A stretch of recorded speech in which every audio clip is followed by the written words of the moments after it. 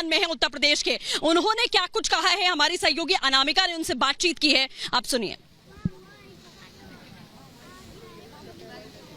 AIMIM प्रमुख असदुद्दीन ओवैसी बरेली पहुंच चुके हैं। पहले चरण को लेकर क्या कहना है उनका, पहले उनसे बात करते हैं, फिर और भी सवाल करेंगे। स्वागत है सर आपका। आज पहले चरण की वोटिंग हो रही है, कितना समर्थन मिलेगा लोगों का आपको? देखिए, हमको उम्मीद है अच्छा है, पहले से बेहतर हमारी सपोर्ट रहेगी। और मैं तो यही अपील करूंगा कि ज़्यादा तादाद में लोग निकलकर अपने वोट का इस्तेमाल करें, मतदान में हिस्सा लें और अपनी आवाज़ को, अपनी पसंद को, नापसंद का इजहार मतदान करने से करें। आज वहां पर वोटिंग है जहां पर आप पर हमला हुआ था। अमित शाह कह रहे हैं कि वैसे साहब से अनुरोध है कि सुरक्षा ले ले, लेकिन आप लगातार मना कर रहे हैं। नहीं, मैंने पार्लियामेंट में ही इस बात को साफ कर दिया कि मुझे सिक्योरिटी की ज़रूरत नहीं है। मेरा मानना यह है कि अगर देश की जनता सुरक्षित होगी तो पॉलिटिशियन को सुरक्षा मिलेगी। तो और जेड कैटेगरी नहीं बल्कि कैटेगरी सिटीजन बनाइए हमको आप। असल चीज़ जैसा लड़ाई वही है। रामपुर में लोगों का प्यार मिला, बरेली में लोगों का प्यार मिला, लगातार दूसरे चरण में लोगों का प्यार मिल रहा है आपका। ये प्यार क्या वोट में बदल पाएगा? कोशिश वही है, वही सब पॉलिटिकल पार्टी के लिए वही चैलेंज होता है कि जो लोग आपको सुनने आते हैं, मिलते हैं, उनको वोट में कन्वर्ट किया जाए। हम कोशिश कर रहे हैं, हमको यकीन है कि इंशाल्लाह अच्छा होगा। पिछले दिनों आपने अपने एक बयान में कहा था मैं मदारी हूँ, लेकिन अखिलेश यादव और योगी को लेके आपने कुछ तंज कसा था, क्या था वो? अब दो नाग सांप और सांप ना होते तो मदारी को बुलाना पड़ता ना आपको, तो वही काम कर रहे हैं।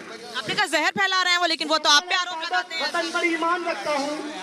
अब देखिए, जहर कौन फैला रहा है वो उत्तर प्रदेश जनता जानती है।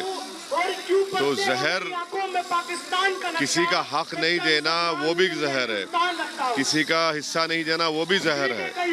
तो इसके माने ये भी याद होते हैं। अमित शाह आपसे सुरक्षा को लेकर बात कह रहे हैं, आप कह रहे हैं कि मुझे सुरक्षा नहीं चाहिए, वो कह रहे हैं कि आप स्टंट खेल रहे हैं कि लोगों की सिंपैथी आपको मिल जाए। कोई स्टंट वंट नहीं खेल रहे हैं। हमारे गाड़ी पर हमला हुआ ना, वो तो यकीनन हुआ है। हमारा मानना यह है कि Amit Shah age home minister और मोदी सरकार ये जो रेडिकलाइजेशन हो रहा है उसको कंट्रोल करने के लिए क्या काम कर रही है। प्रधानमंत्री बड़ी बड़ी बातें करते हैं, रेडिकलाइजेशन पर क्यों नहीं बोलते प्रधानमंत्री? अगर एक लड़की को लड़के घेर लेते हैं सिर्फ हिजाब के ऊपर तो प्रधानमंत्री उस पर कुछ नहीं बोलते। तो हमने इसीलिए कहा कि रेडिकलाइजेशन का एक इंटरनल सिक्योरिटी में हर रिलीजन का एक डी रेडिकलाइज सेंटर खोलिए आप। तो रेडिकलाइजेशन को नहीं देखना चाहते हैं लोग। हिजाब विवाद पर आपने कहा कि प्रधानमंत्री संसद में दाढ़ी के साथ आ सकते हैं, आपने टोपी को लेकर भगवा टोपी पर भी बयान दिया। हिजाब विवाद को आप संसद से जोड़ रहे हैं।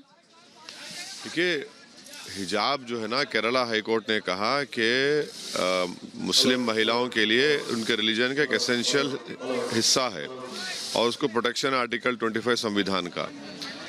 जब सुप्रीम कोर्ट पुट्टुस्वामी जजमेंट में ये कह चुका है कि कौन क्या खाएगा, क्या कपड़े पहनेगा, कोई किसी पर इम्पोज नहीं कर सकता। अगर कोई कॉलेज में जाता है, स्कूल में जाता है, तो क्या संविधान सस्पेंड होता है? संविधान सस्पेंड नहीं होता है। हमारा मानना यह है कि इस तरह का कर्नाटक ऑर्डर ने जो नोटिफिकेशन इशू किया वो आर्टिकल 14, 15 और 1921 का ग्रेव वायलेशन है।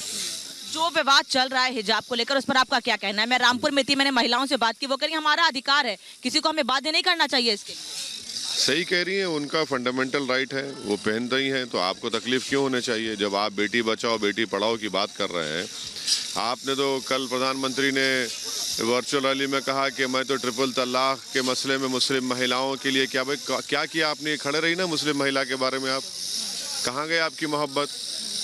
ट्रिपल तलाक तो एक डिज़ास्टर है मुस्लिम महिलाओं के लिए। प्रधानमंत्री ने फिर से गलत बात कही है। जब निकाब और हिजाब या चादर नहीं पहनने की आपकी सरकार नोटिफिकेशन इशू कर